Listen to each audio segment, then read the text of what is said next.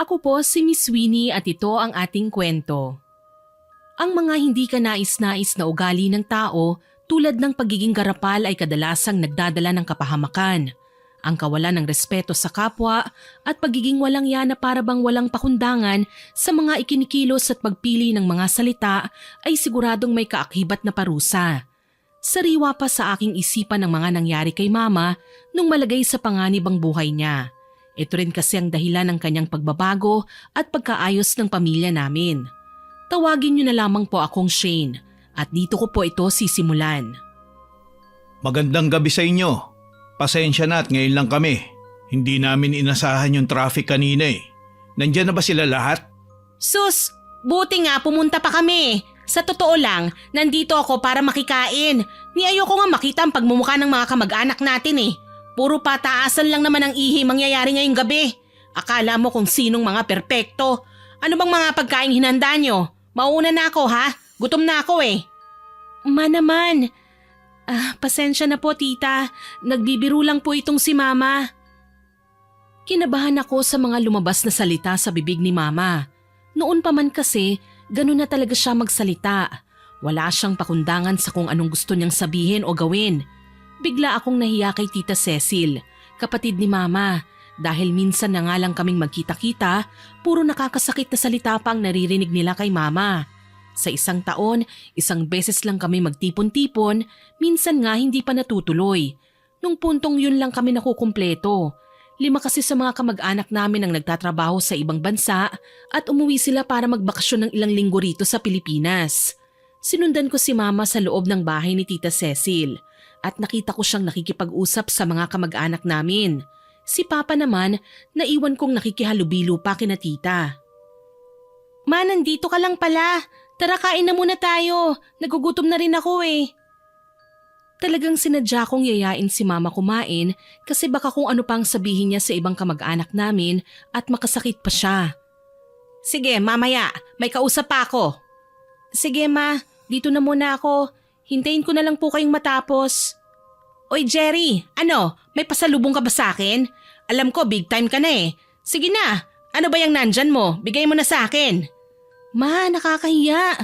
Huwag ka na muna mapilit. Busy pa sila oh. Kung gusto mong lumapit kay Tito, mamaya na lang pag nagsiuwian ng maraming bisita. Hindi ako pinansin ni Mama at dire-diretso lang siya sa pangungulit kay Tito Jerry. Maya-maya, may mga nilabas na gamit si Tito at ibinigay niya ito kay Mama. Sana raw magustuhan ni Mama ang mga pasalubong niya. Ano to? Bakit ito lang? Pinsan naman, ang dami-dami mong pera, ito lang ang bibigay mo? Napakadamot mo naman. Aanhin ko tong 2 pirasong damit. Wala man lang bang mga sapatos, pabango, tsaka yung mga mamahaling pagkain dyan. Napipilitan ka lang yata magbigay eh. Sa'yo na lang ang mga yan, saksak mo sa baga mo. Bakas sa mukha ni Tito Jerry ang pagkagulat at pagkairita kay Mama. Para bang sinasabi niya na si Mama na nga ang binigyan, siya pa ang puro reklamo. Siya pa ang galit. Humingi na lang ako ng tawad kay Tito at inilayo ko na si Mama sa kanya. Ma naman, konting preno naman. Napakatalas ng dila mo. Alam mo bang nakakasakit ka na? Umayos ka naman, please. Sus, kung hindi nila kayang pagkaprangka ko, hindi ko nakasalanan yon. Tsaka totoo naman eh, ang daming pera ng tito mo, tapos 2 pirasong damit lang ang makukuha ko sa kanya. Iba ang prangka sa bastos at walang respeto, Ma. Wala kang pakialam, Shane. Huwag mo nga akong pangaralan. Sino ka ba? Anak lang naman kita. Nasaktan ako sa sinabi ni Mama na anak niya lang ako, pero hinayaan ko na lang siya. Pagkabitiw niya ng mga salitang yun, dumiretso siya doon sa mga grupo-grupong kamag-anak namin. Kahit nagdamdam ako, sinundan ko pa rin si Mama para bantayan. Hindi kasi pwedeng mawala siya sa paningin ko at walang aawat sa kanya kung sakaling may mapagsalitaan na naman siya ng hindi maganda sa mga kamag-anak namin doon. Uy, di ba 2 taon na kayong kasal? Bakit wala pa rin kayong anak? Magte-30 na kayo? Dapat mag-anak na kayo. Teka, sino bang baog sa inyo? Paano na kapag tanda nyo? Sino nang mag-aalaga sa inyo? O kaya ikaw iha, magpa-check up ka na sa espesyalista. Pansin ko medyo mataba ka eh. Kaya siguro hindi kayo magkaanak. Sige ka, baka maghanap tong si George ng ibang babaeng aanakan. Ma, halika na nga, alis na tayo. Pasensya na po. Teka, hindi pa nga ako tapos eh. Oy, ikaw Teresa, bawasan mo yung pagkain sa plato mo. Ikaw lang ang lumba-lumba sa inyong magkakapatid ah. Ang cute mo ng bata ka. Kaso anong nangyari sa'yo ngayon? Napabayaan ka na ng mga magulang mo sa kusina ah. Halata talaga na hindi ka nila paborito. Hinayaan ka lang na tumaba ng ganyan. Ilang taon ka na nga? 30 ka na hindi ba? Tapos wala ka pa ring boyfriend hanggang ngayon? Ay naku iha, magpapayat ka na kasi tatanda kang dalaga niyan. Siguradong walang magkakagusto sa'yo sa itsura mo ngayon. Maniwala ka sa akin, ikaw lang din ang kawawa. Mag-isa kang tatanda. Halos mangiyak-ngiyak si Teresa sa mga binitiwang salita ni Mama. Sinabi niyang may piko siya kaya nahihirapan siyang ikontrol ang pagtaba niya. Binaliwala lang ni Mama ang rason ni Teresa. Mas naniniwala raw si Mama na walang disiplina, dugyot at pabaya sa sarili si Teresa. Maya-maya lang, pumasok na si Papa at lumapit sa amin. Binulungan ko siya para ipaalam ang ginawa ni Mama. Pa, ang bibig na naman ni Mama. Kanina ko pa siya pinagsasabihan pero hindi naman nakikinig sa akin. Kung ano-anong sinasabi niya kay Teresa kanina, hindi ko nga alam ang gagawin ko Tignan mo si Teresa. Parang nalugmok dahil sa sinabi sa kanya ni Mama. Sawayin niyo naman po si Mama Nakakahiya na po talaga kasi Sigurado akong pinag-uusapan na siya ng palihim ng mga kamag-anak natin. Sige anak, pasensya na at wala ako kanina. Napasarap kasi usap namin ni na tita mo kanina Ako na bahala sa mama mo. Sana lang makinig siya sa'yo pa. Sana nga. Ang tigas pa naman din ang ulo ng mama mo. Pagkatapos naming mag-usap ni Papa, nakihalubilo si Mama sa mayayaman naming kamag-anak. Lalo kong kinabahan sa ginawa niya dahil kung may mainis na kamag-anak namin nang dahil sa talas ng dila at kagarapalan niya, baka hindi na kami imbitahin sa susunod na pagtitipon-tipon. Baka putulin na nila ang koneksyon nila sa amin. Nagmadali kami ni Papa na lapitan sina Mama para agapan kung ano man ang sinabi o ginawa ni Mama. Oy Janice, kumusta? Ang yaman-yaman mo na ha? Ang hirap siguro gastusin lahat ng pera na meron kang mag-isa no? Kumusta na kaya si Rodel kasama yung kabit niya? Tama lang na tinangay niya yung nag-iisang anak niyo.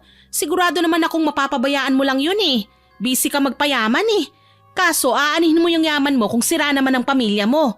Kaya nga yata nasira ang pamilya niyo dahil hayok na hayok ka magpayaman Ay, oo nga, tama. Kaya naghanap ng ibang babae si Rodel kasi wala kang oras sa kanya. Kasalanan mo naman kasi. Dapat binabalansi mo ang oras mo. Biglang nagsalubong ang kilay ni Tita Janice at kumunot ang noo niya. Alam ko sa puntong ito, galit na siya kay Mama. Sinabi niya na ang kapal daw ng mukha ni Mama na pagsalitaan siya ng ganun. Nagtaka siya kung bakit pa raw buo ang pamilya namin napakagarapal daw ni Mama. Kawawa naman daw ako at si Papa dahil siguradong pinagtsatsagaan na lang daw namin ang masamang ugali ni Mama. Makakahanap din daw ng katapat si Mama balang araw at sigurado raw si Tita na ikapapahamak ni Mama ang kagarapalan niya. Talaga ba, Janice? Okay. Tapos ka na magsalita. Nakakabagot kang kausap Ang dami mong sinasabi. Para kang maingay na lata na wala namang laman. Hindi na nakasagot pa si Tita. Tinalikuran siya ni Mama at pumunta siya sa lamesa na napagpapatungan ng mga pagkain. Narinig kong nagbulong-bulungan ng mga kamag-anak namin. Hiyang-hiya kami ni Papa dahil sa kagarapalan ni Mama. Hiniling ko nung puntong yon na sana lamunin na lang ako ng lupa o sana panaginip lang ang lahat ng yon. Nahirapan din kaming sawayin si Mama Bukod kasi sa garapal siya, mainitin din ang ulo niya. Kaya si Papa, tatahi-tahimik na lang pag naramdaman niyang iritable na si Mama. Ayaw kasi ni Papa na mag-away sila ni Mama Mukhang nilamon na ng pagmamahal si Papa. Ewan ko ba? Sa puntong ito, naglabas si Mama ng maraming lalagyan ng pagkain sa bag niya at kinuha niya halos lahat ng pagkain sa mesa. Ni hindi siya nagpaalam kina Tita na mag-uuwi siya ng mga pagkain. Nagdire-diretso lang siya sa pagkuha kahit alam niya naman na pinagtitinginan na siya ng mga tao. Shane! Eman! Tapos na ako rito! Ano pang hinihintay niyo? Uuwi na tayo! Pagkasabi ni Mama noon, naglakad ako ng mabilis palabas ng bahay at nagtakip ako ng muka. Sobra-sobra na kasi ang kahihiyan na dinulot ni Mama ng gabing yun Nagpasya na kaming umuwi at pagdating namin sa bahay, diretso higa kagad siya. Uy, Shane! Ayusin mo na yung mga inuwi nating pagkain. Tama lang yan, nakatiting na pagkain lang ang tinira ko sa kanila. Wala namang kwenta kasi ang pagkikita-kita na yan eh. Puro sosyalan, yabangan lang naman. Nagsasayang lang tayo ng oras eh. Kaya dapat may makuha naman tayo sa kanila. Dapat may mapala tayo. Magets naman kita eh. Kaso sumobra ka naman kanina eh. Ang talas ng dila mo eh. Oo, mahal. Sigurado kung pinag-uusapan ka na ng mga kamag-anak mo ngayon. Baka hindi na tayo imbitahan sa susunod na family reunion. Tsaka masakit talaga yung mga binitawan mong salita. Sana na nahimik ka na lang kung may mga napansin kang hindi maganda o maayos sa kanila. Pwede naman yun eh. Para sana tahimik ang utak nating lahat. Mukha ba akong may pake? Ano naman? Kung ano man ang ginawa ko kanina, dapat lang yun sa kanila. Dapat malaman nilang mga kapalpakan nila sa buhay. Ayoko nang pahabain tong usapan na to ha. Tinatamad na akong magsalita. Wala rin naman kayong kwentang kausap eh. Ikaw Shane, wag mo nga akong pangaralan ha. At tupagin mo ang pag-aaral mo para hindi puro palako lang grades mo. Alam kong bobo ka, mahina ang utak mo.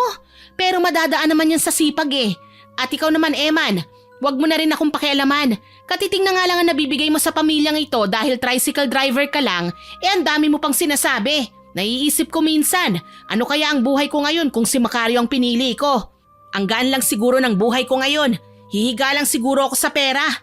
Ay, o sige, magpapahinga na ako ha. Kayo nang bahala dyan. Pumasok na si Mama sa kwarto. Nung puntong yun, parang hindi ko na kayang makasama si Mama. Parang gusto ko nang lumayas at magpakalayo-layo. Kaso, hindi ko naman magawa dahil hindi ko kayang iwan si Papa. Awang-awa na ako sa kanya kasi hindi man lang siya makapalag kay Mama. Sobrang bait at maunawain ni Papa kaya inaabuso siya ni Mama. Pa, sobra na talaga siya. Bakit hindi na lang natin siya iwan? Hindi mo ba talaga kayang makipaghiwalay sa kanya? Hindi ko kaya anak. Mahal ko ang mama mo. Mali naman na pumapayag ka na tratuhin kanya na parang basura eh. Hindi ko alam kung bakit siya ganyan sa lahat, pati na rin sa sarili niyang pamilya. Wala na siyang sinasanto talaga. Hayaan mo na anak. Hanggat kaya ko pang magtiis, gagawin ko. Tsaka, nanay mo pa rin naman siya. Kaya hindi natin siya pwedeng iwan ng basta-basta. Tumalikod na ako. Ayoko na rin kasing makipag-usap kay Papa dahil hindi rin naman siya makikinig sa akin. Kaya inasikaso ko na lang ang mga daladala naming pagkain at pinasok ang mga ito sa ref. Pagkatapos ay dumiretso na ako sa kwarto at nagpahinga na rin ako. Kinabukasan maaga akong pumasok. Mga 6:00 pa lang ata no nasa school na ako. Ayoko kasing maramdaman ang presensya ni Mama. Mas mabuti na lang na umalis na lang kagad ako ng bahay noon kaysa maririnig ko pa siyang magdadadada. Kung sakaling ganun ang nangyari, siguradong sira na kagad ang araw ko at bagsak na naman ang mood ko buong araw. Pagdating ko sa school, nakita ko ang kaklase kong si Mika. Ang aga niya ring pumasok nung araw na yon. Tinanong ko kung bakit nandun na siya sa school ng ganung oras. Sabi niya inagahan niya raw ang gising para makapag-review siya para sa exams namin. Kaso may problema raw siya. Wala raw siyang dalang papel at ballpen. Puro exams kami ng araw na yon. Tinanong ko kung bakit wala siyang dala. Wala raw siyang pambili, ni wala raw siyang baong pera noong araw na yon. Inagahan niya na lang ang pasok kasi naglakad lang daw siya papuntang school. Ayaw niya raw mahuli sa klase. Nakaramdam ako ng awa nung oras na yon. Kaya yung sobrang papel at ballpen ko, ibinigay ko na lang sa kanya at ibinili ko siya ng pagkain sa kantin. Matagal na kaming magkaklase ni Mika, pero nung puntong yun lang kami nagkausap ng matagal. At simula nang tinulungan ko siya, naging magkaibigan na rin kami. Isang araw, pagka-uwi ko galing sa school, napansin kong nasa labas ng bahay si Papa. Opa, bakit nandito ka? Bakit hindi ka pa pumasok? Umuulan na. Ayaw kasi kung papasukin ng mama mo. Bakit pa? Ano na naman ang nangyari? Mainit ang ulo niya kasi paubos na raw yung perang binigay ko nung nakaraan. Kailangan niya raw mamalengke dahil wala nang laman yung ref. Tsaka, paubos na rin yung mga tinda niya raw sa tindahan. Mahina yung kita ko ngayon eh. Kaya kakaunti lang ang naiabot ko sa kanya. Ayun, nagalit. Pinaalis ako. Ayaw akong papasukin. Grabe na talaga yung si Mama. Ang sama ng ugali niya. Lalo na kapag hindi na ibigay ang gusto niya. Kumatok ako ng kumatok hanggang sa marindi si Mama sa ingay ko at pagbuksan na ako ng pinto. Dumiretso na rin si Papa sa loob. Nung gabing yun, nagdala na lang ako ng makakain at nagkulong ako sa kwarto. Ayoko na rin kasi silang makitang nag-aaway. Nakakaumay na kasi. Paulit-ulit na lang ang nangyayari. Kinabukasan, maaga ulit akong pumasok sa school. 6:30 pa lang, nandun na ako. Nandun na rin ang kaibigan kong si Mika pagdating ko. Naunahan lang daw niya ako ng ilang minuto. Maaga pa naman kaya nagkwentuhan muna kami. Nabanggit niya sa akin na puyat daw siya kasi may pumunta raw sa bahay nila at nagpagamot. Madaling araw na raw natapos ang gamutan. Kawawa naman daw yung babaeng nakulam. Magaraw ang muka at may tumubong bukol sa leeg. Balisa rin daw ito. Kaya raw yun nakulam dahil may taong naiinggit ng matindi sa kanya. Akala ko nung una nagbibiro lang si Mika. Pero totoo raw ang kwento niya, kaya bigla akong nakaramdam ng takot. Manggagamot daw kasi ang papa niya. Iginugol na raw ng papa niya ang buong buhay nito sa panggagamot at hindi na raw ito naghanap pa ng ibang trabaho. Ang mga donasyon ng mga nagpapagamot sa papa niya ang bumubuhay sa kanila. Hindi naman daw araw-araw na may nagpapagamot sa kanila, kaya may mga pagkakataon din na nagkukulang ang panggastos nila. Kaya sisiguraduhin daw niya na makakapagtapos siya ng pag-aaral para makakuha siya ng maayos na trabaho. Pangarap niya kasing umangat-angat naman ang estado ng kanilang buhay mag-ama. 4:00 ng hapon, pauwi na ako sa amin nang makasalubong ko ang bagong salta sa aming lugar. Nagkangitian kaming dalawa. Hi, may alam ka bang pinakamalapit na tindahan dito sa lugar natin? Hello po, meron po. Sa bahay po namin may tindahan po kami. Ay, salamat. Kanina pa ako naghahanap ng tindahan dito eh. Pwede ba akong sumama sa'yo? Ako nga pala si Amanda. Ikaw, anong pangalan mo? Shane po. Halika na po, sama ka na lang sa akin. Pauwi na rin po ako ngayon eh. Ano po bang bibilihin nyo? Sabon at shampoo lang naman. Tsaka konting biskwit din sana. Ay sige po, sakto meron po kami ng mga yan. Konting lakad pa, nakarating na kami sa bahay. Pumasok muna ako sa loob para magbaba ng gamit. Nadatnan ko si Mama na nanonood ng TV at kumakain ng chicharon. Ma, nandito na po ako. Oh, mabuti naman, umuwi ka pa. Nasan po pala si Papa? Wala, nasa labas pa. Papasada raw siya hanggang 12:00. May customer po pala tayong naghihintay sa labas. May mga bibilihin daw po. Ano ba yan? Istorbo? Ang ganda-ganda nitong pinapanood ko eh. Pumunta na si Mama sa tindahan at hinarap si Ate Amanda sa labas. Halatang iritable si Mama dahil padabog siyang kumilos papunta sa tindahan. Ako naman, tumambay muna ako sa sala kaya rinig na rinig ko ang boses ni Mama sa tindahan. Ano bang bibilihin mo? Bilisan mo magsalita at may mga ginagawa pa ako. Storbo naman to, oo. Shampoo at sabon ho, pati na rin ho ang mga biskwit nyo. Bibilihin ko na po yan lahat. O sige, eto na. Ay teka, ikaw yung bagong salta rito sa lugar namin ha? Ayos ah, ang ganda mo pala at ang puti-puti mo. Ang kinis din ng balat mo. Ganyan din ako dati nung bata-bata pa ako eh. Salamat ho. Sige po, aalis na po ako. May gagawin pa po pala ako eh. Oy, teka naman! Buntis ka pala? Opo, 4 na buwan na po itong tiyan ko. Uy, siguro. Hindi ka pinanindigan ng nakabuntis sa'yo, no? Kabit ka siguro. Oo nga, mukha kang ang kabit. Sa itsura mo pa lang eh. Kayong mga kabit, ang lalakas ng loob nyo manira ng pamilya. Alam nyo naman, katawan lang naman ang habol sa inyo ng mga lalaki. Syunga ka rin eh. Kawawa naman yung anak mo. Lalaki ng hindi kompleto ang pamilya niya nang dahil sa kapokpukan mo. Magdahan-dahan naman kayo sa pananalita nyo dahil wala po kayong alam. Masyado kayong mapanghusga at garapal. Ano bang kwento mo? Wala na ho kayo ron. Pakialaman nyo ang sarili nyong buhay. Wala po yata kayong magawa sa buhay nyo eh. Ano, bagot na bagot lang? Sige ho, aalis na ho ako. Baka kung ano pa pong masabi ko sa inyo. Ayokong pumatol sa makikitid ang utak at matatalas ang dila. Sayang lang ang oras ko rito. Wala talagang pinalalampas si Mama. Hanggat may pagkakataon na makapagkomento siya sa buhay ng ibang tao, gagawin niya kahit pa mairita o magalit sa kanyang kausap niya. Pagpasok niya, nagluto na siya para sa hapunan. Kaya ako muna ang nagbantay ng tindahan namin. Kinabukasan, habang nagtatanghalian kami ni Mika, tinanong ko siya kung may alam siyang pangontra sa kulam. Sagot niya, meron daw. Nabanggit daw ng papa niya na may mga halamang gamot daw na mabisa sa pangontra sa kulam tulad ng pandan.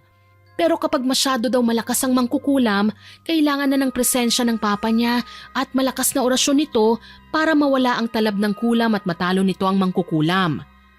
Noong araw na rin na yun, maaga kami pinauwi dahil may meeting daw ang teachers namin. Kaya dumiretso na kagad ako sa bahay. Plano ko kasing magbasa-basa tungkol sa witchcraft eh. Bigla na lang akong naging interesado doon. Medyo malapit na ako sa bahay at habang naglalakad ako, nakasalubong ko si Mama. "Oh ma, saan ang punta mo?" Nga pala maaga po kaming pinauwi ngayon eh. May meeting daw po ang teachers namin." "Sakto, sumama ka na sa akin para may taga-bitbit ako. Mamamalengke ako eh. Wala nang laman ng ref natin. Ang siba niyong mag-ama eh." Sige po ma. Okay lang po bang umuwi ako saglit? Medyo mabigat po kasi tong bag ko eh. "Ay nako, bilisan mo lang ha. Ang bagal-bagal mo pa namang kumilos. Talo mo pa ang pagong." Tumakbo na ako pa uwi para makapagbaba ng gamit. Pagbalik ko kung nasaan si Mama, biglang wala na siya sa lugar na yun. Akala ko iniwan na niya ako nang marinig ko ang boses niya. Sa hindi kalayuan. Parang may kasagutan na naman siya. Sa isip ko noon, aalis na lang kami, mag-iiskandalo pa siya. Hinanap ko si Mama at nang makita ko siya, nagmadali akong lumapit. "Ma, ano na naman ba yan? Aalis na lang tayo, nakikipag-away ka pa." Eto kasing babaeng to eh, at ang lola niya. Tinanong ko lang naman kung may balak ba silang ipalaglag ang bata. Kasi mukhang hindi naman magiging mabuting ina itong pakawalang babaeng ito. Nagalit na sila sa akin. Nililinaw ko lang naman kung anong desisyon nila. "Di ba sinabi ko na sa inyo noon na pakialaman niyo ang sarili niyong buhay? Pinagpasensyahan ko na kayo noon. Ngayon sumusobra na kayo. Pati lola ko, pinagsasalitaan niyo ng masama. Hindi mo na nirespetong matanda." Nakalimutan ko kasing dapat pala irespeto ang matatanda. Sino ba ang basurahan ng bibig? Di ba pinaulanan niyo ako ng mura? "Tama na yan, Ma. Halika na, umalis na tayo." "Ate Amanda, Lola, pasensya na po ah." "Ay hindi, Shane. Sinimulan nila ako eh. Kaya tatapusin ko to. Ikaw na babaeng hitad ka. Pagsabihan mo yung lola mo at baka kung anong magawa ko sa matandang yan." "Ma, ano ba? Tama na yan. Huwag ka nga makialam ditong bubita ka." Grabe na ang kagarapalan nyo. Pati sarili nyong anak, ginaganyan nyo. Anong klaseng nanay kayo? Sino kaya ang masamang ina sa ating dalawa? Mabuti na lang, mabait na bata itong si Shane. Hindi man lang siya nagre-rebelde. Nakakaawa nga lang siya dahil kayo ang naging nanay niya. Hoy, punyemas kang babae ka? Wala kang pakialam sa buhay naming mag-ina. Tarantada kang haliparot ka? Habang nagkakagulo sila, pumagitna ako sa kanila dahil nagkakapisikalan na sila. Pati ako, nadamay na dahil sinabunutan ako ni Mama. Ginawa ko ang lahat para awatin sila, kaso nabigo ako. May mga taong nanonood sa paligid pero wala man lang silang ginawa para awatin sina Mama. Nanood lang sila at naghintay kung ano ang mangyayari. Maya-maya lang, napahawak sa dibdib ang lola ni Ate Amanda. Nahirapan itong huminga. Tsaka lang sila tumigil nang humandusay na si Lola sa kalye. "Tulungan niyo ako, please. Dalhin natin ang lola ko sa ospital. Nagmamakaawa ko sa inyo. Tulungan niyo naman ako. Tumawag kayo ng ambulansya." Habang abala rin ako sa paghingi ng tulong, napansin kong may tumutulong dugo sa hita ni Ate Amanda. "Ate, may dugo! Yung baby mo!" Pagtingin ni ate sa hita niya at sa babang parte ng katawan niya, mas lalo siyang humagulgol. Maya-maya, dumating na rin ang ambulansya. Yun ang huling beses na nakita ko si Ate Amanda. Kinagabihan, kinumpronta ko si Mama tungkol sa nangyari. "Ma, sana walang masamang mangyari kay Lola at sa baby ni Ate Amanda. Konsensya mo kung may mangyari sa kanila." "Anong konsensya? Dapat lang yun sa kanila. Sila naman talaga nagsimula eh. Nagtanong lang naman ako nung una. Tsaka kung naiirita sila sa akin, dapat hindi na nila ako kinausap. Dapat umalis na lang sila. Ang pinakatamang gawin, hindi na nila dapat ako pinatulan kahit na ano pang marinig nila mula sa akin. Kaso wala eh. Naglaan sila ng oras sa pakikipag-usap sa akin. Ang tindi mo talaga, Ma. Hindi ako makapaniwala na ganyan ka pa rin hanggang ngayon. Kung hindi ka sana nakialam sa buhay nila, kung hindi mo sila pinagsalitaan ng masama, wala sanang mangyayaring ganun. Ikaw ba naman unang bungad mo sa kanila? Tinanong mo kung may balak silang ipalaglag ang bata. Kahit sino naman siguro magagalit lalo na kung yung mga salitang yon galing sa taong wala namang ambag sa buhay nila. Kahit awa ata wala ka man lang nararamdaman Hindi ko na alam, Ma. Hindi ko alam kung dapat ba kitang ituring na nanay. Ikaw ang bahala. Wala naman akong pakialam sa'yo Sa totoo lang. Hinayaan ko na si Mama pero masakit sa akin na malaman na wala siyang pakialam sa akin. Parang wala rin naman akong ina kahit nagkasama kami sa iisang puder Wala naman akong magagawa kung hindi niya ako mahal. Ayoko namang isiksik ang sarili ko sa mga taong ayaw sa akin, kahit kapamilya ko pa. Pero kahit ayaw niya sa akin at wala siyang pakialam sa akin, ipinagpapasalamat ko pa rin sa Diyos na hindi naman ako pinapaalis ni Mama sa poder niya. Usap-usapan sa lugar namin ang pag-alis ni Ate Amanda. Bigla na lang daw itong umalis ng walang paalam. Huling nakita raw siya ng mga taga roon sa amin ay noong nag-aaway sina Mama at Ate Amanda. Sa isip ko noon, mas mabuti nang umalis sila kasi medyo magulo sa lugar namin at hindi makakabuti sa pinagbubuntis ni ate kung lagi siyang mai-stress. Isang araw, may napansin ako kay Mama. Pa, okay lang ba si Mama? Kanina pa siya walang kibo Kapag kinakausap, hindi nagsasalita. Nag-away na naman ba kayo? Hindi Kahapon pa siya ganyan. Iniisip ko nga kung may nagawa ako o nasabi man sa kanya na hindi niya nagustuhan. Pero wala naman akong maalala. Tsaka kung meron man, siguradong magbubunga nga na naman at magwawala siya. Baka may problema siya na hindi natin alam. Sa tingin mo ba? Tanungin natin? Wag na pa. Tahimik ang bahay natin ngayon Baka mag-away na naman kayo kapag kinausap pa natin siya. Hayaan na muna natin siya. Obserbahan na lang natin. Baka ganyan siya dahil tumatanda na siya. Sige anak, para makapagpahinga man lang muna ang mga tenga natin. Opo pa. Sige po, pasok na muna ako sa kwarto ha. May pasok pa po ako bukas Matutulog na po ako. Sige anak, good night ha. Tulog ka ng mahimbing. Lumipas ang 3 araw na hindi pa rin kami kinikibo ni Mama.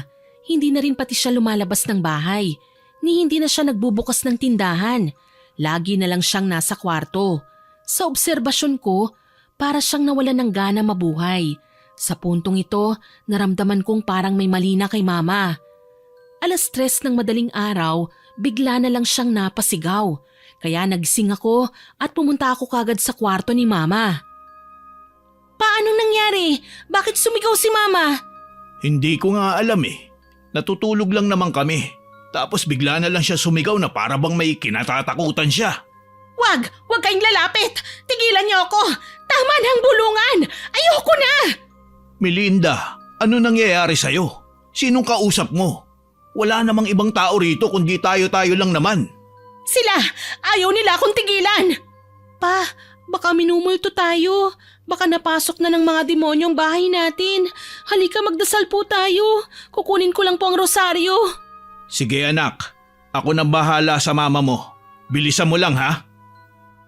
Pagkakuha ko ng rosaryo, pinuntahan ko kagad sina Mama. Eto na po pa, magdasal na po tayo. Ibigay mo kay mama mo yung rosaryo, baka sakaling kumalma siya. Pagkaabot ko ng rosaryo kay Mama, sumigaw ito ng sumigaw na para bang galit na galit siya. Sinubukan namin siyang patahimikin, kaso mas lalo siyang nagalit. Sinira niya ang rosaryong binigay ko sa kanya. Walang maghagawa ang Diyos! Mangyayari ang dapat na mangyari! Pagkatapos magsalita ni Mama, bigla na lang siyang nawalan ng malay. Hinayaan na lang namin siyang magpahinga. Hindi na namin siya ginising at baka magsisisigaw na naman siya. Dahan-dahan kaming lumabas ng kwarto at pumunta kami sa hapagkainan para mag-usap. Bago ako umupo, kumuha muna ako ng maiinom na tubig para sa aming dalawa ni Papa. Hindi ko na alam kung ano nangyayari sa mama mo. Sinubukan ko siyang kausapin kanina, pero ganun pa rin. Wala pa rin siyang kibo. Hindi ko maintindihan kung galit ba siya sa akin Hindi ko nga rin po maintindihan si mama eh. Para bang nawala siya sa katinuan kanina, parang nababaliw na siya eh. Kung hindi niya pa rin ako kakausapin sa mga susunod na araw, kung wala pa rin pagbabago sa sitwasyon niya, naiisip kong ipatingin na siya sa espesyalista. Mabuti pa nga po, Papa. Sila naman ang nakakaalam kung anong dapat nating gawin habang ganyan si mama eh. Kung may sakit man siya, sana maagapan natin kagad. Naalala ko na sabi ko sa kanya na hindi ko na alam kung dapat ko pa ba siyang ituring na ina. Narealize ko kasi na kahit grabe ang kagarapalan niya, mama ko pa rin siya at hindi ko na yun mababago pa. Ayoko rin po naman mapahamak siya, kaya ayoko pa rin naman na mapahamak siya. Tama anak, subukan na lang natin siyang intindihin hanggang sa makakaya natin. Baka kasi may problema lang talaga siya na hindi natin alam. Hindi naman kasi instant na bigla na lang siyang garapal. May rason yan. May pinanggagalingan yan kung bakit siya naging ganyan. Yun ang hindi natin alam. Kaya nga ako, umiiwas na lang talaga akong magkagulo kami. Makalipas ang ilang araw, ganun pa rin si mama. Hindi pa rin makausap ng matino. Lagi siyang balisa at hindi makatulog ng maayos. Kaya nagpaalam muna ako sa teacher ko na hindi ako papasok. Sinamahan ko si Papa na ipatingin si mama sa espesyalista. Pagdating namin doon, wala namang nakitang kung anong sakit ang doktor kay mama. Normal ang test results niya. Pero binigyan kami ng doktor ng gamot na pampatulog at pampakalma. Pagdating namin sa bahay, pinainom namin si mama ng gamot pampakalma. Kumalma naman siya. Inasahan namin na makakatulog siya dahil ilang araw na rin siyang hindi nakakatulog ng maayos. Kaya iniwan muna namin siya sa kwarto para makapagpahinga. Pumasok na rin ako sa kwarto. Tinext ko si Mika para itanong kung anong nangyari sa school nung araw na yun na nag-absent ako. Gusto ko lang kasi na malaman kung may bagong lessons ba o kung may exams ba. Ayoko kasing mangulelat sa klase pagpasok ko ulit eh. Sabi ni Mika, wala naman daw gaanong ginawa ng araw na yon. Wala naman daw exams pero may bagong topics na sa math, science at English. Nag-alala ako dahil alam kong hindi naman uulitin ng teachers ang lessons nila dahil lang absent ako. Pero sabi naman ni Mika, may notes naman daw siya na ipahihiram sa akin kaya wag na raw akong mamroblema. Nakahinga ako ng maluwag. Nabanggit ko rin pala kay Mika ang nangyari kay mama. Sinabi ni Mika na posible raw na nakulam si mama. Ganun na ganun raw ang mga unang nangyayari sa mga taong nakulam na ginagamot ng papa ni Mika. Obserbahan ko raw ng maigi si mama sa mga susunod na araw. Kung sakaling nakulam nga raw talaga si mama, ipaalam ko raw sa kanya at handa raw tumulong ang papa niya. Kinabukasan, nagising ako sa sigaw ni mama. Pinuntahan ko kagad sila sa kwarto nila ni papa. Nagulat ako sa bumungad sa akin pagbukas ng pinto. Bigla kasing lumobong siya ni mama. May tumuburing bukol sa lieg niya. Mamamatay na ako. Dadalhin nila ako sa impyerno. Papatayin nila ako. Ilang oras na lang ang itatagal ko sa mundo. Huwag kang magsalita ng ganyan, Melinda. Nandito kami ng anak mo. Tutulungan ka namin. Gagaling ka kung ano man yang sakit mo. Magpakatatag ka lang. Hindi ka pababayaan ng Diyos. Hindi ka namin pababayaan. Mamamatay na ako. Paulit-ulit sinabi ni mama na mamamatay na raw siya. Noong araw na yon, nagpaiwan muna si papa sa bahay para bantayan si mama. Ako naman, nagpasya akong pumasok sa school pero bago ko umalis ng bahay, kinausap ko muna si Papa. Pa, papasok muna ako ngayon ha. Ikaw na munang bahala kay Mama. Kakausapin ko lang po yung kaibigan ko. Baka may maitulong siya sa sitwasyon ni Mama. Paanong makakatulong, anak? Manggagamot po kasi ang papa nung kaklase ko eh. Sumagi kasi sa isip ko na baka may kumulam kay Mama. Kaya nangyayari sa kanyang mga yan. Ngayon baka makahingi ako ng tulong sa kanilang mag-ama. Okay lang po ba yon, Papa? Sige anak, kailangan na nating kumilos ngayon. Baka lumala pa ang mangyari sa mama mo kung wala pa tayong gagawin ngayon. Dito muna ako para mabantayan ko siya na maigi. Okay po pa, sige po aalis na ako. Pagdating ko sa school, nakita ko naman kagad si Mika. Lumapit ako kagad sa kanya at sinabi ang lahat ng nangyayari kay Mama.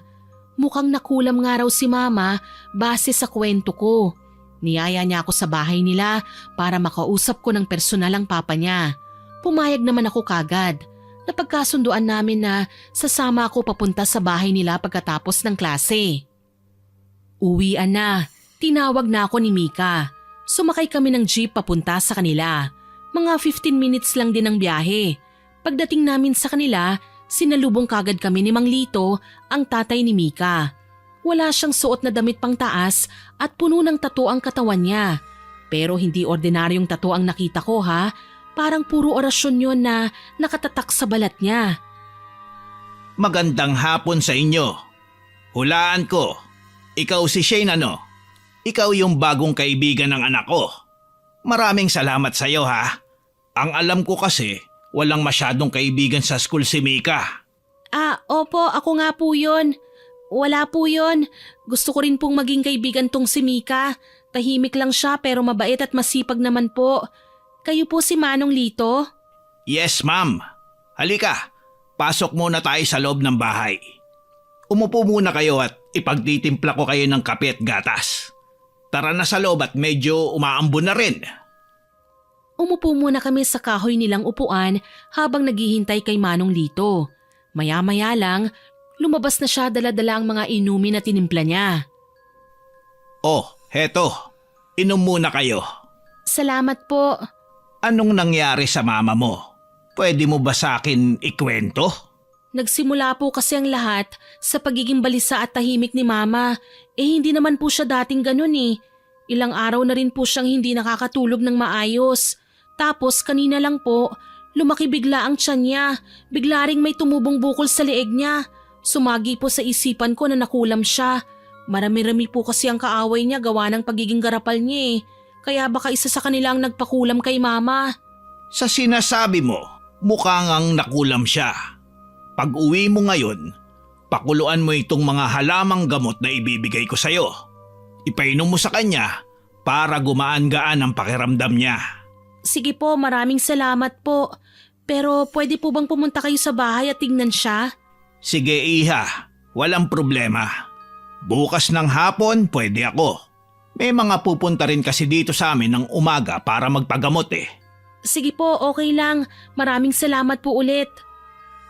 Pagkatapos ng pag-uusap namin, nagpaalam na ako kay Mika at kay Manong Lito. Pasado 5:00 na kasi noon. Kailangan ko na ring makauwi dahil maggagabi na. Alam kong kailangan din ni Papa ng tulong ko sa pag-aasikaso sa bahay at kay Mama. Pag-uwi ko, nadatnan ko si Papa sa sala. Nagmano ako at tinabihan ko siya.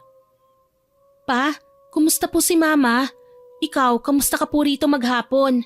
Okay naman ako anak. Ngayon pa lang talaga ako nakakapagpahinga. Kanina pa kasi nagwawala ang mama mo. Ngayon lang siya medyo kumalma. Ikaw ba, kumusta ang lakad mo? Nakausap mo ba yung papa ng kaibigan mo? Opo, Papa. Pumunta po ako sa bahay nila kanina. Sumama ako kay Mika pa uwi. Sabi po ni Manong Lito, mukha raw po talagang nakulam si Mama eh. Titignan daw po niya bukas ng hapon si Mama. Kung talagang makumpirma niyang kinulam si Mama, gagamutin niya po kagad ang diretsyo. Ay, salamat. Sana bumuti ng lagay ng mama mo pag natignan na siya ni Lito bukas. Nga po pala, may pinadala sa akin na halamang gamot si Manong. Pakuluan daw po natin ito at ipainom kay Mama ang katas nito para raw po gumaan-gaan ang pakiramdam niya. Pinakuluan ko na ang mga halamang gamot at nagluto na rin ako para sa hapunan. Alam ko kasing pagod si Papa buong araw eh.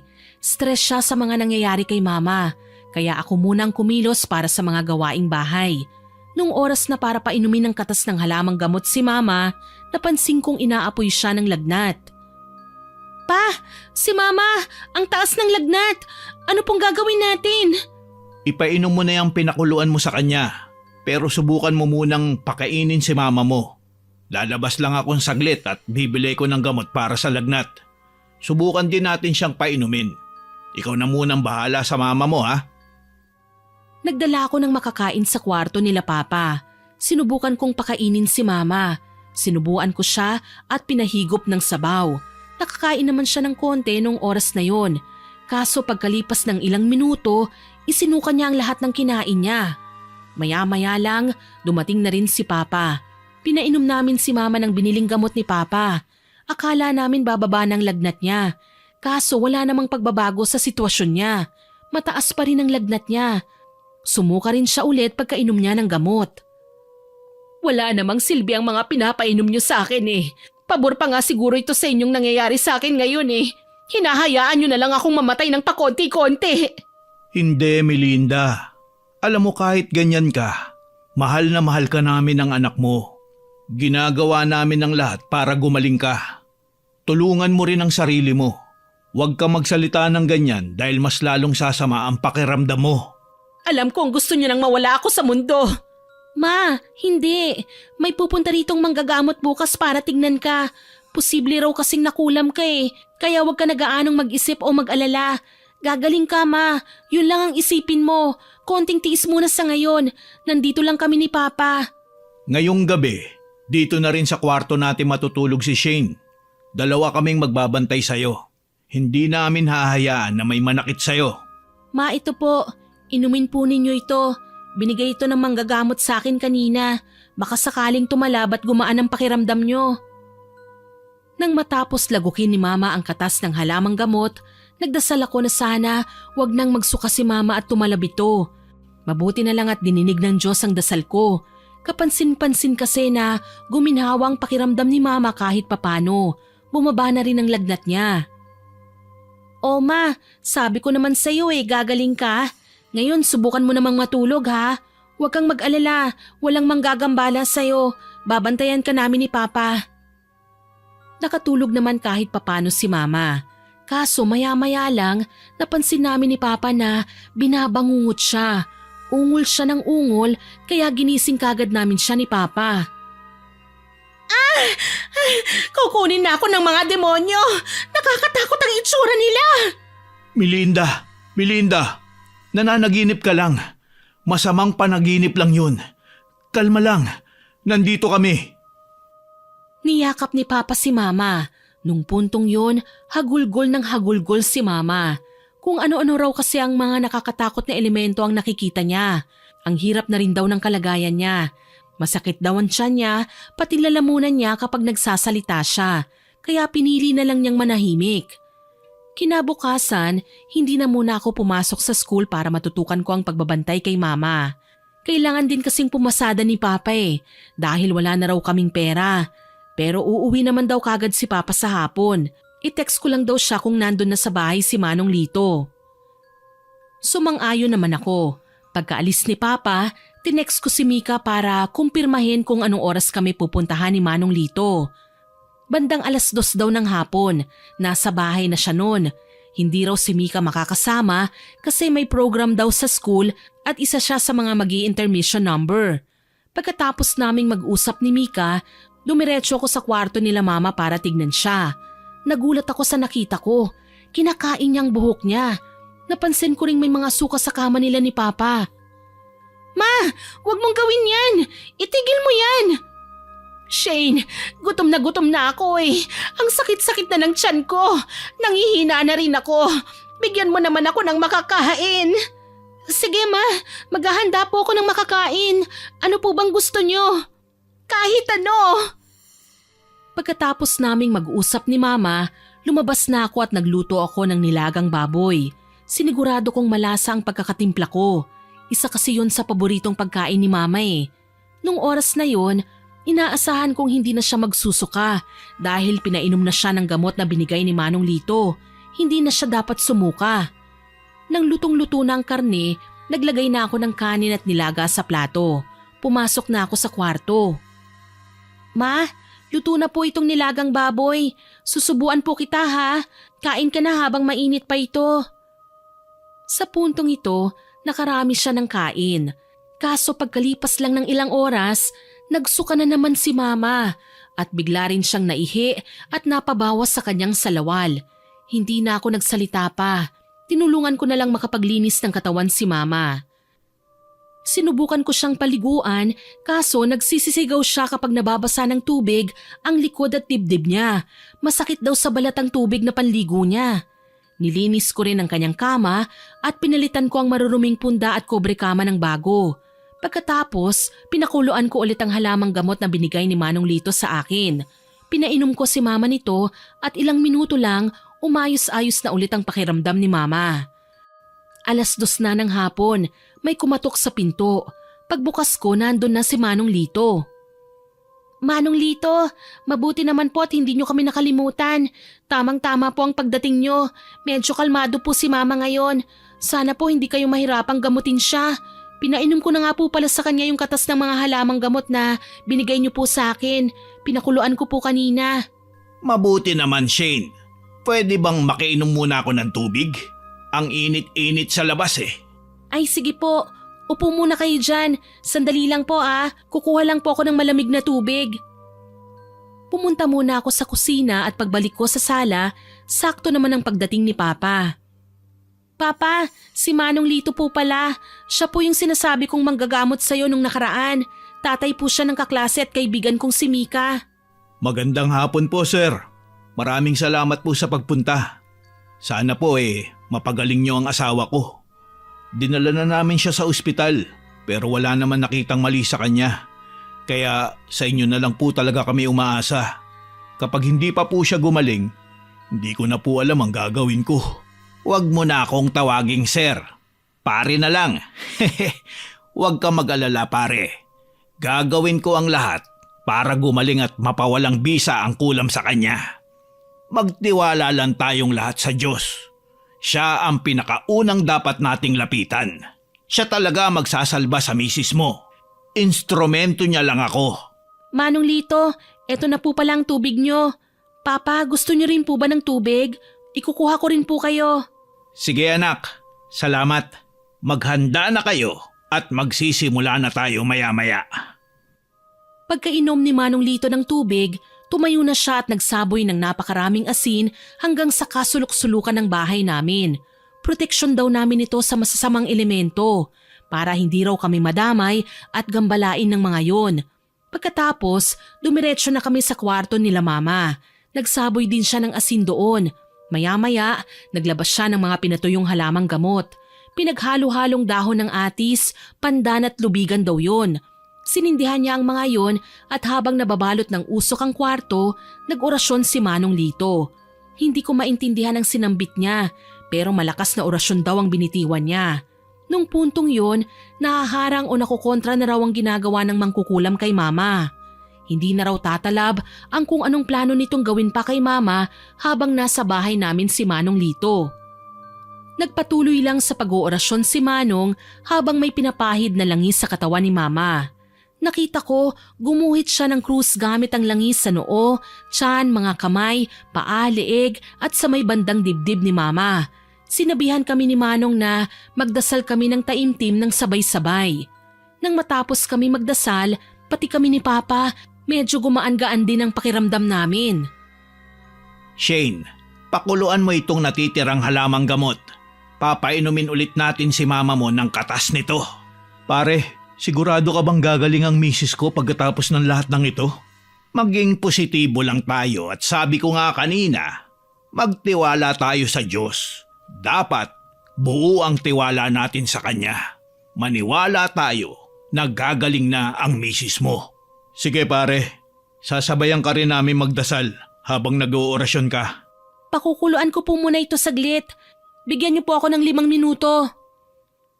Nang makuha ko na ang katas ng mga halamang gamot, kabado kong bumalik sa kwarto nila Mama. Wala akong ginawa ng puntong yun, kundi magdasal sa isip ko na sana mapagaling ni Manong Lito si Mama. Eto na po, Manong. Salamat, Shane. Umupo si Manong Lito sa kama sa tabi ni Mama. Tinignan niya bigla si Papa. Ano nga pala ang pangalan niya? Melinda, pare. Melinda, inumin mo itong herbal tea na ginawa ng anak mo para sa'yo. Makabubuti ito sa kalagayan mo. Magagamot ka nito. Ayoko! Pagod na akong magsuka. Nangihina na ang katawan ko. Imbis na gumaling ako, papatayin mo pa yata ako eh. Hindi, Melinda. Hindi ka na magsusuka pagka nainom mo na ito. Magtiwala ka lang sa akin. Sigurado kung babalik din ang dati mong lakas. Siguraduhin mo lang. Sana hindi ka pumalpak. Baka kasi sayang lang ang oras namin sa'yo eh. Baka pirahan mo lang kami. Ngayon, alam ko na kung bakit nakulam itong si Melinda. Medyo garapal nga talaga siya. Pagpasensyahan niyo na po siya, Manong. Kami po ni Papa, sanay na po sa kanya eh. Pagkainom ni Mama ng gamot, biglang pumungay ang mga mata niya at nakatulog na. Sabi ni Manong Lito, ipainom daw kay Mama ang katas ng mga halamang gamot na ibinigay niya sa amin sa loob ng 1 buwan. Siguradong babalik na raw sa normal si Mama. Hintayin lang daw ang pagliit ng bukol ni Mama sa leeg at tiyan niya. Basta siguraduhin lang daw na mapapainom si Mama ng gamot araw-araw. Bawal daw magmintis. May ibibigay rin daw siya kay Mama na kwintas. Yung kwintas na yun ay dinasalan at inorasyonan niya. Importante raw na laging suot yun ni Mama kahit pag maliligo siya. Dapat lagi yung nakadikit sa katawan niya. Proteksyon daw yun ni Mama laban sa kulam para kung may balak pang pasukin ng mangkukulam ang katawan ni Mama, hindi na niya magagawa pa. Palalakasin daw ng kwintas na yun ang life force ni Mama na maaaring mapabilis din ang healing journey niya. O paano? Mauna na ako ha? Hayaan nyo na muna siya magpahinga. Alam kong ilang araw siyang hindi nakatulog ng maayos eh. Huwag kayong mag-alala. Mababawi niya rin ang lakas niya kalaunan. Mamaya paggising niya, hindi na kaya ulit siya magsisisigaw ulit? Hindi na ba sasakit ulit ang tiyan niya? Hindi na pare. Sigurado ako dyan. Basta yung mga billing ko sa inyo, sundin nyo lang para hindi tayo magkaproblema. Yung tiyan at bukol niya sa leeg, liliit din yan at babalik sa dati. Basta mainom niya yung gamot na binigay ko sa inyo araw-araw, ayos na. Kaya wag na kayo mag-isip masyado. Kayo rin pala, magpahinga na rin kayo ha? Manong, yung mga masasamang elemento raw na nakikita niya, hindi na po ba niya makikita ulit ang mga yon? Hindi na rin Shane. Tinaboy ko na sila.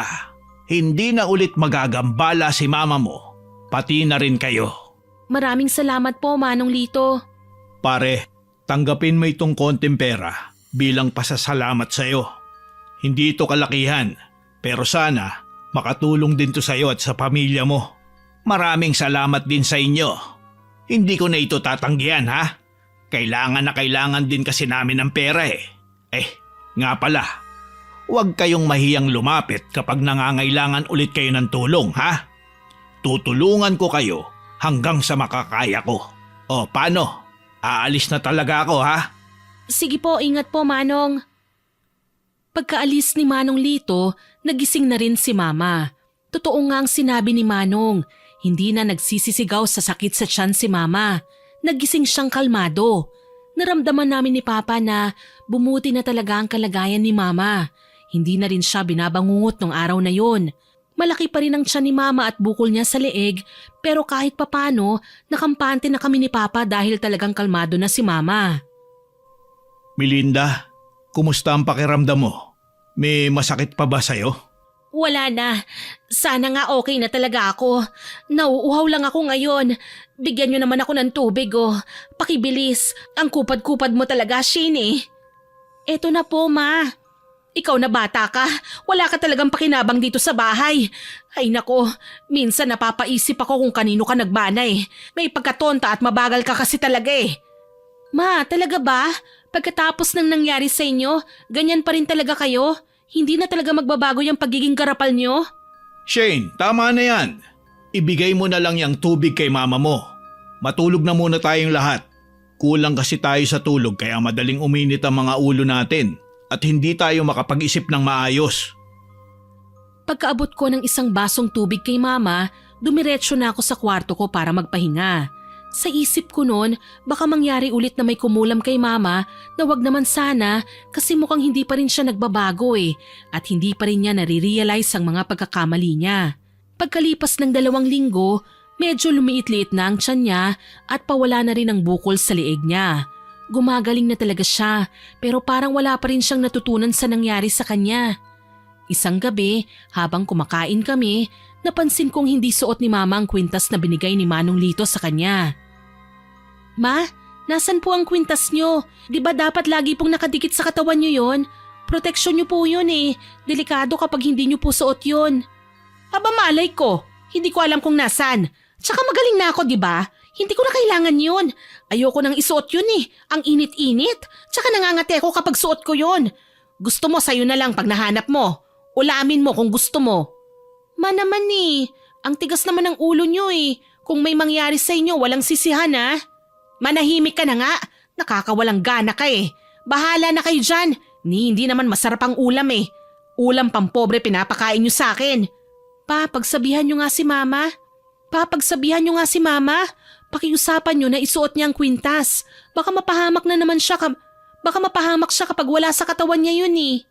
O sige anak, susubukan ko mamaya bago kami matulog. Hindi lang garapal si Mama, matigas din ang ulo niya. Kabilin-bilinan ni Manong Lito na kailangan nakadikit lagi ang kwintas na yun sa katawan niya at bawal magmintis sa pag-inom ng mga gamot niya. Pero kung ano ang sinabi naming bawal sa kanya, yun naman mismo ang ginagawa niya. Lunes ng umaga, bago ko pumasok sa school, napansin kong hindi pa rin bumabangon sa higaan si Mama. Oras na kasi yun ang pagbukas niya ng tindahan eh. Kaya nagpa siya akong pumasok sa kwarto nila at gisingin na si Mama. Ma, anong nangyari sa'yo? Ang laki ulit ng bukol at tiyan mo. Mataas din ang lagnat mo. May kumukulam ata ulit sa akin. Hindi na talaga ako tatantanan ng mga demonyong yan. Nasa na kasi ang kwintas niyo, Ma? Sinabi ko na sa inyong kailangan niyo yun eh. Ayan tuloy. Tsaka umiinom pa po ba kayo ng gamot niyo? Wala na, tinapon ko na lahat yon, pati yung gamot. Ay nako, dyan ka na nga lang muna. Iti-text ko lang po si Manong Lito. Lumabas muna ako sa kwarto. Tinext ko pareho si Papa at Manong Lito para ipaalam sa kanila ang nangyayari kay Mama. Mabuti na lang at may libreng oras si Manong Lito ng araw na yon. Kaya hintayin lang daw namin siya at makakapunta raw siya sa bahay bandang 9:00 ng umaga. Hindi na muna ako ulit pumasok ng araw na yon. Si Papa naman, sa gabi na lang daw siya mamamasada. Maya-maya pa, nakarating na sa bahay si Manong Lito. Oh pare, Shane, ano nangyari kay Melinda? Dapat hindi naman babalik yung bukol niya at malaking tiyan niya. Sinunod niyo ba lahat ng billing ko sa inyo? Yun nga po nahirapan kaming pasunurin si Mama. Ang tigas kasi ng ulo niya eh. Nung medyo lumiit-liit ng tiyan niya, tumigil na siya sa pag-inom ng halamang gamot. Tsaka tinapon niya rin po ang kwintas na binigay niyo. Pasensya na pare. Ayaw kasi niyang pakialaman namin siya eh. Nagagalit, nagwawala. Ay nako, talaga tong si Melinda. Sakit sa ulo. Kaya tumalab ulit ang kulam sa kanya. Kasi naghintay lang yung mangkukulam ng tamang pagkakataon para sirain ulit ang katawan ni Melinda. Pasensya na talaga pare. Tsaka hindi pa rin po talaga nagbabago si Mama. Hindi pa rin talaga siya natututo. Posible kasing maulit na makulam siya nang dahil lang sa ugali niya. Ano po kayang pwede nating gawin? May naisip ako. Ano yun pare? Malalaman nyo na lang mamaya. Pumasok na kaming lahat sa kwarto. Dadatnan naming balisana naman si Mama. Mamamatay na ba ako? Oo, Melinda. Ilang oras na lang, malalagutan ka na ng hininga. Mamamatay ka nang nararamdaman mo ang matinding sakit. Ang kada segundo, para sa'yo, parang isang oras ang tagal. Kaya mas gugustuhin mo na lang madaliin ang pagkamatay mo. Ano? Ayoko pang mamatay! Tulungan mo ako! Wala na akong magagawa, Melinda. Papanoorin ka na lang namin mamatay. Hindi mo ako sinunod. Para bang sinayang mo lang ang panggagamot ko sa'yo. Kaya ayoko na makailampas sa inyo. Tsaka kahit gamutin pa kita, hindi ko na alam kung makokontra ko pa ang kulam sa'yo. Masyadong malakas ang mangkukulam at tingin ko, huli na ang lahat. Eman, tulungan mo ko. Ayokong mamatay. Marami pa akong gustong gawin sa buhay. Hindi ko na alam, Melinda. Sorry. Tignan mo ang mga kamay at paa mo. Namumutla na. Kung gusto mo, susubukan pa kitang pagalingin. Oh, heto langis. Ipapahid ko sa katawan mo. Sige, hindi na ako kukontra pa. Maghintay lang tayo ng ilang minuto.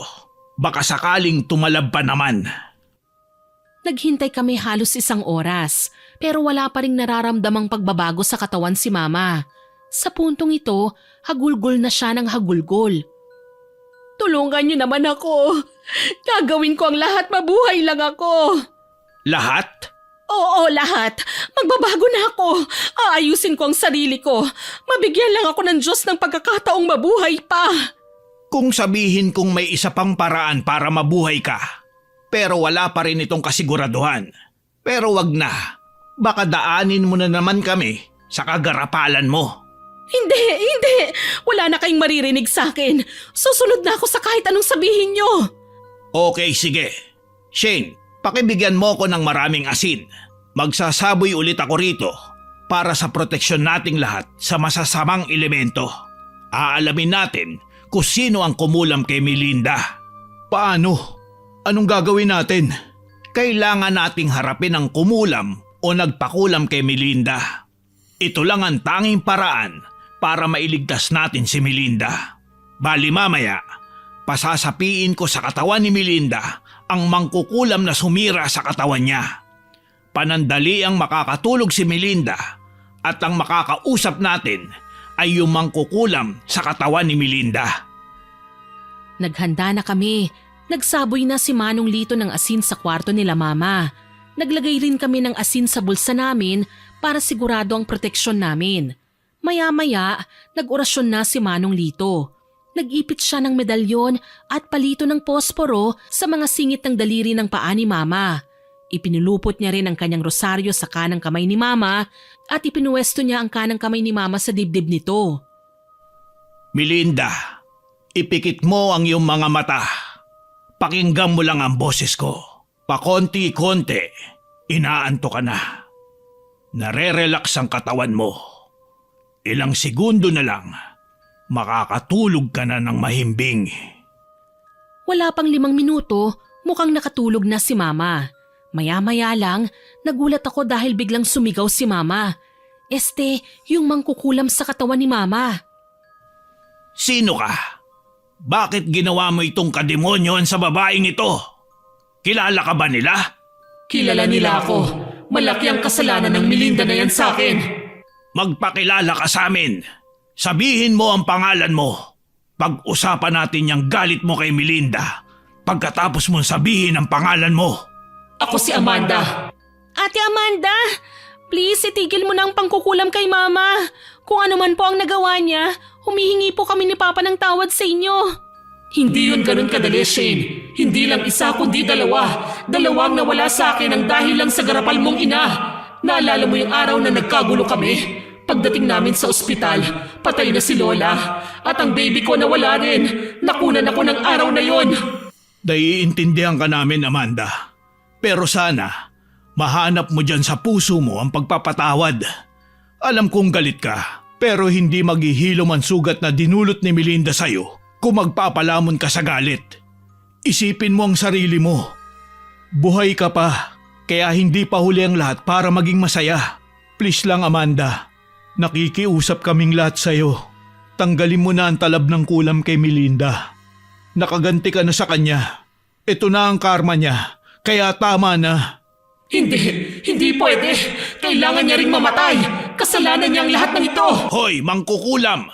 Umayos ka. Pag hindi mo pa tinanggal tong kulam mo, baka kung anong magawa ko sa'yo. Hoy ka rin, manggagamot. Ang lakas ng loob mo Mukhang pipitsugin ka lang naman.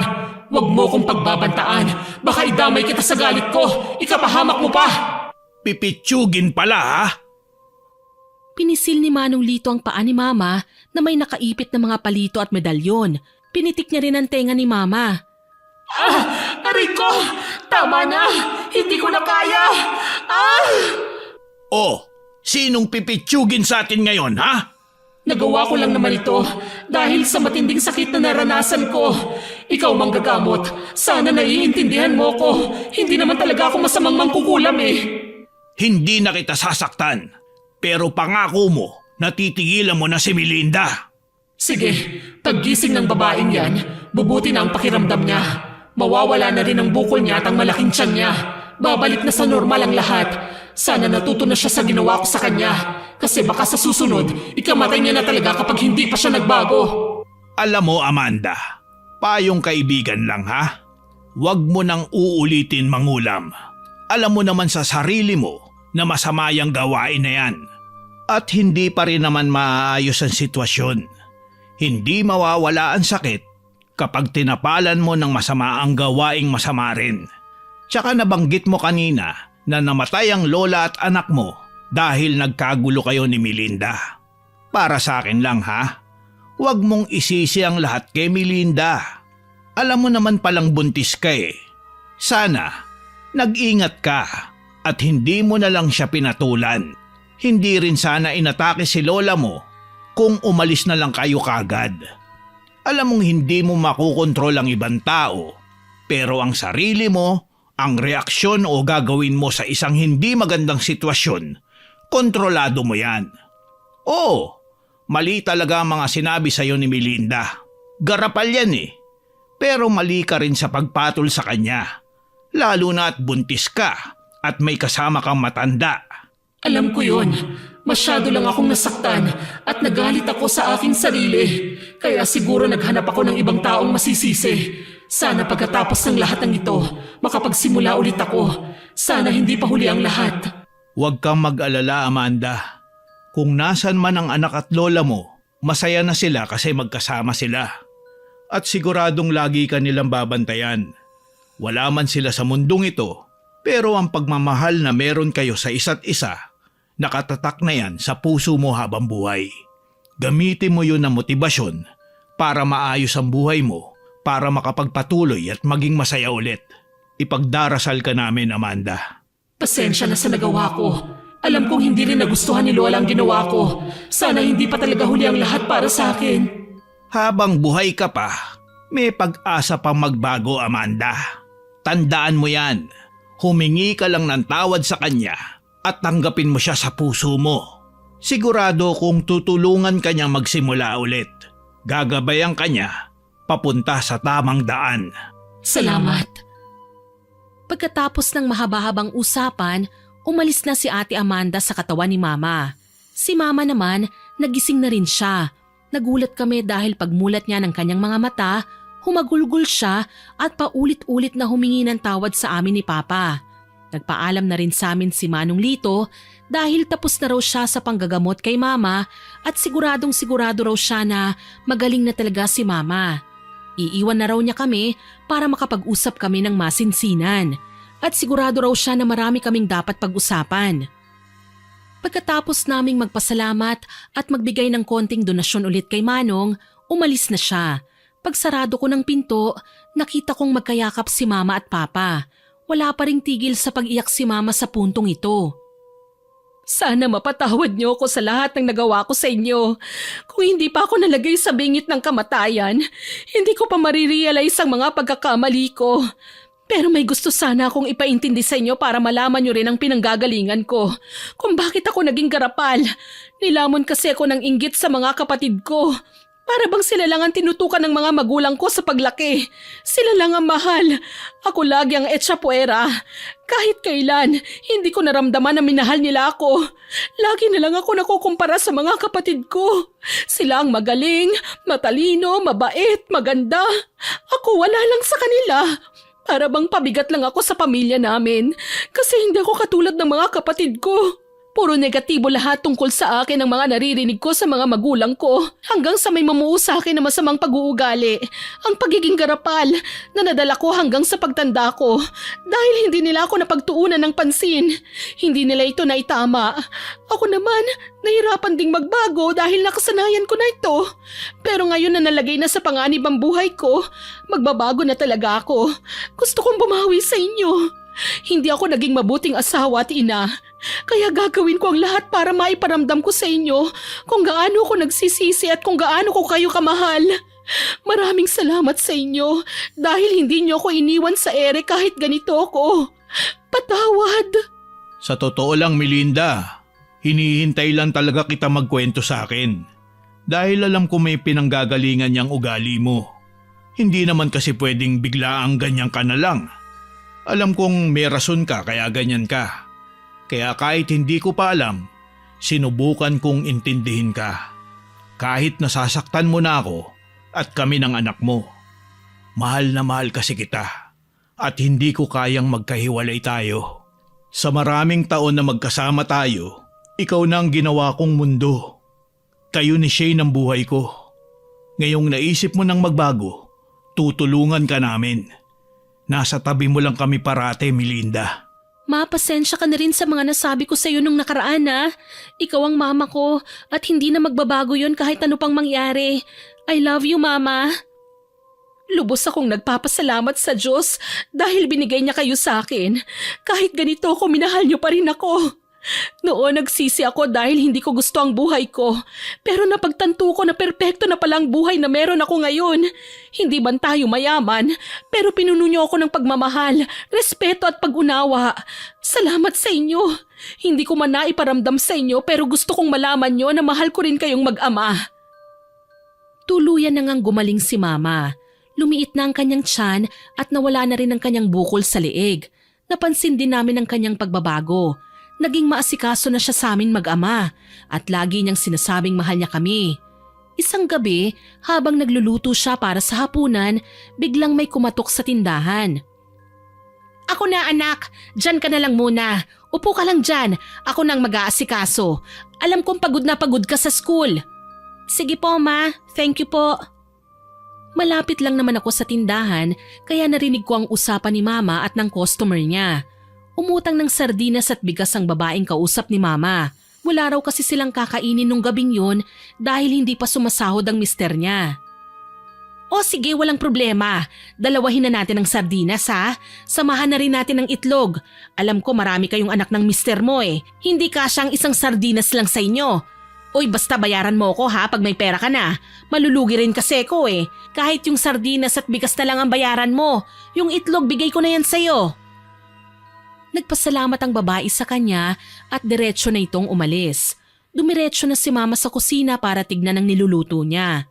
Pagkasabi ni Mama na luto na ang pagkain namin, sakto naman na dumating na si Papa. Oh, nandito ka na pala mahal. Luto na yung pagkain natin. Ihahain ko lang saglit ha. Wow! Ang bango naman ang luto mo. Mukhang gutom na gutom ka na ha. Nagluto ako ng adobong baboy, tortang talong at pritong tilapia para sa atin. Marami-rami para walang mabibitin. Alam kong pagod kayo eh. Tsaka syempre, gusto kong mabusog kayo kasi mahal ko kayo. Naks, ang sweet naman ng mama ko. Syempre, ganun talaga. O heto, kumpleto na. Kain na tayo habang mainit-init pa. Napasayaw-sayaw pa ako sa harap ng mga hinandang pagkain ni Mama. Ang sarap talaga ng mga lutong bahay, lalo na kapag nanay mo ang nagluluto. Dati kasi halos puro delata lang ang kinakain namin eh. Pagkatapos naming kumain, kinausap ko silang dalawa. Ma, Pa, nag-exam po pala kami, 100 items, 65 lang po ang nakuha kong score eh. Medyo mababa po eh. Oh, sobra sa kalahati naman pala eh. Basta nag-aral ka at ginawa mong best mo, okay na yon. Pero subukan mo pa rin pataasin ang grades mo ha. Mag-aral kang mabuti anak. Alam ko naman na hindi ka nagpapabaya eh. Basta kung anong gusto mong kurso sa kolehiyo, asahan mong susuportahan ka namin. I love you, Shane. Salamat po. I love you too, Ma. Ito nga pala yung kinita ko ng 4 na araw. Pasensya na mahal ah. Hindi gaanong kalakihan eh. Ano ka ba? Huwag kang ngang humingi ng pasensya. Salamat mahal ah. Pwede na to. Malaki na tulong nito sa atin. Idadagdag ko na lang yung kinita ko sa tindahan sa panggastos natin araw-araw. Hindi naman tayo nagkukulang eh. Nasa diskarte rin kasi yan. Basta makakasigurado kayo na masustansya at masasarap ang ihahain ko sa inyo. Thank you mahal ah. Ang laki na talaga ng pinagbago mo. Nga pala, napadaan dito kanina si Cecil. Hindi naman siya nagtagal at may importanteng lakad pa raw siya. Bali iniimbitahan daw tayo. Birthday daw ng pinsan namin na si Paul. Doon daw sa bahay nila gaganapin yung handaan. Gusto niyong pumunta? O sige. Basta magpapakabait ka dun ha. Oo nga eh. Akala ko nga puputulin na nila ang koneksyon nila sa akin eh. Dahil sa mga pinagagawa ko nung huli naming pagkikita. Biyernes ng hapon, sinama ko si Mika at si Manong Lito sa bahay pagkatapos ng klase. Gusto raw kasing bisitahin at kumustahin ni Manong si Mama. Pagdating namin sa bahay, bandang pasado 4:00, nadatnan naming tapos nang magluto si Mama ng maruya. Nakauwi ka na pala, Shane. May maruya dito. Magmerienda ka muna. Ma, kasama ko po pala si Manong Lito at Mika, yung anak niya. Magandang hapon sa'yo, Melinda. Kumusta ka na? Ano, nagpapakabait ka na ba? Oy, Lito, napadalaw ka. Eto, okay naman ako. Ginagawa ko ang lahat para mawala na ang pagkagarapal ko. Bumabawi na rin ako sa pamilya ko. Oh, Umupo muna kayo. Ilalagay ko lang tong maruya sa plato ha. Anong gusto nyong inumin? Kape na lang sa akin, Melinda. Soft drinks na lang sa amin ni Mika, ma. Thank you po. Binigyan na kami ni Mama ng tig-isang maruya na nakalagay sa plato. Inilagay niya rin ang mga inumin namin sa ibabaw ng lamesa sa sala. Uy Lito, salamat sa pagdalaw at pagkumusta sa akin ha. Pasensya na rin sa mga nasabi ko sa'yo noon. Wala yun, Melinda. Ang mahalaga, pinagsisihan mo na ang lahat ng kasalanan mo. Salamat Lito. Kumain muna kayo ha. May aayusin lang ako sa likod ng bahay. Kukunin ko yung mga sinampay ko at umaambon na. Sandali lang ha. Pag-alis ni Mama, dumating naman si Papa. Pare, ano nga atin? Napabisita ka. Nangangamusta lang pare. Gusto kong makita na talagang magaling na si Melinda. Ganito rin ako sa ibang mga nagpagamot sa akin. Talagang kinukumusta ko sila. Pa, nagluto si Mama ng maruya. Kunan na rin kita ha. Saglit lang po, punta lang ako sa kusina. Binigay ko na rin kay Papa ang maruya at pagkaubos niya nito, nagpaalam na sa amin si Manong Lito at Mika. Masaya raw siya sa paggaling at pagbabago ni Mama. Huwag na raw sanang maulit na malagay sa panganib ang buhay ni Mama o ng kung sino man sa aming tatlo.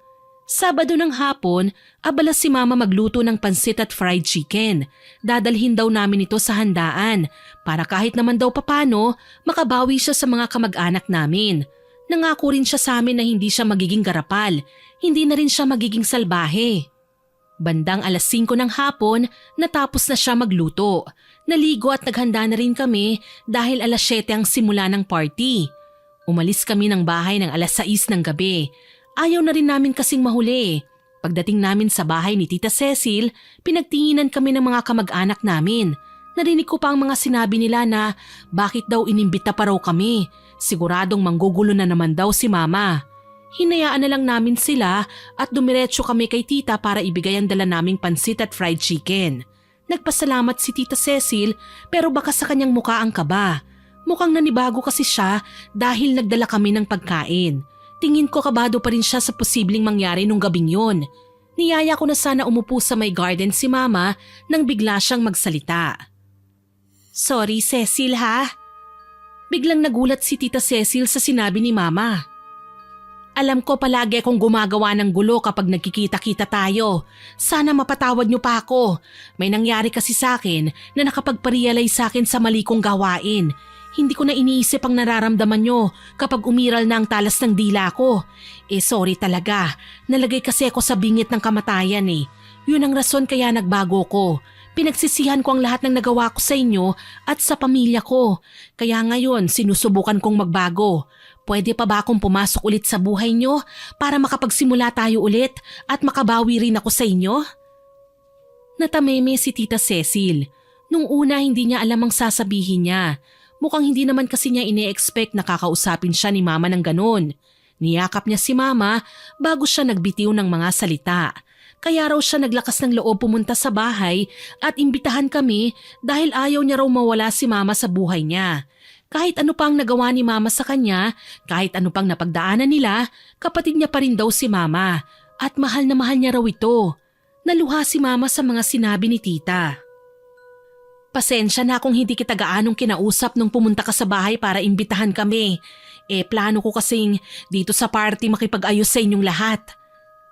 Naglakad si Mama papunta sa mga kamag-anak naming nag-uusap-usap at pinagtitinginan siya. Magandang gabi po sa inyong lahat. Happy birthday din, Paul. Maglalakas loob na po akong lumapit sa inyo para humingi ng tawad. Marami po akong binitiwang masasakit na salita. Nagpakagarapal at walang ya po ako sa harapan ninyo noon.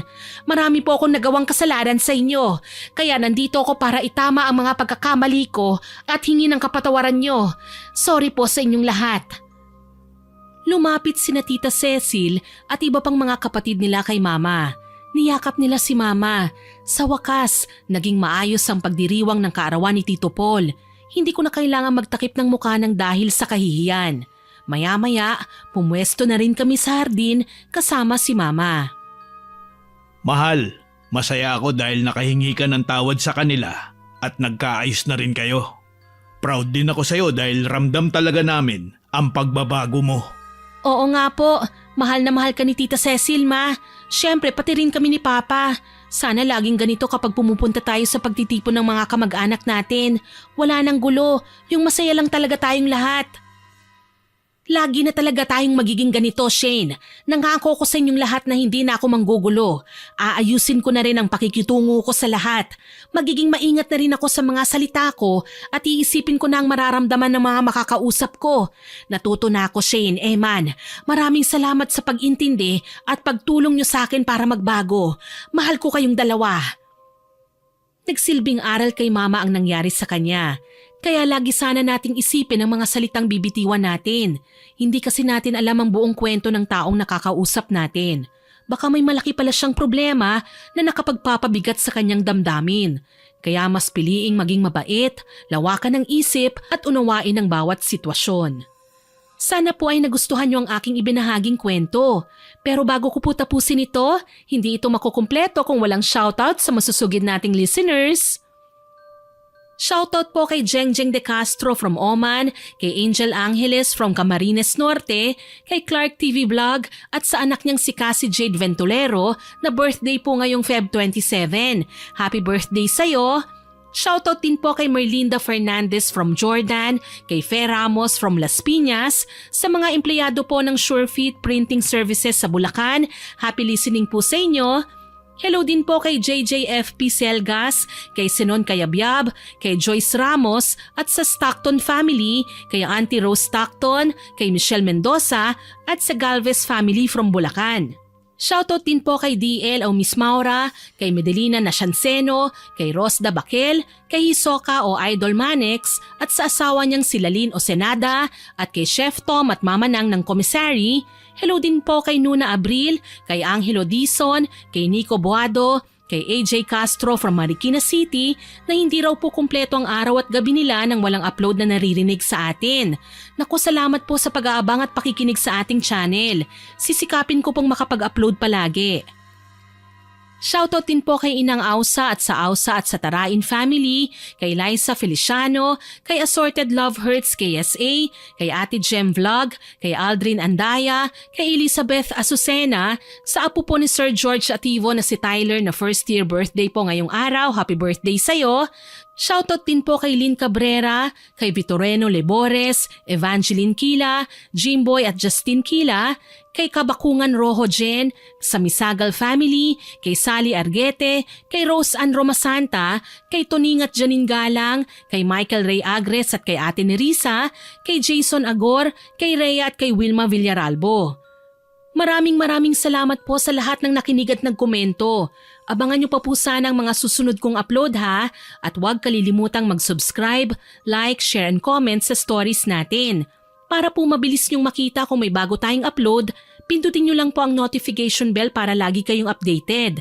Aasahan ko pa rin po ang inyong suporta ha. Ang goal naman po natin ngayon, maka 100k subscribers po tayo. Kaya sana ma-reach po natin yan. Muli, ako po si Miss Winnie na nagpapasalamat sa inyong walang sawang pakikinig.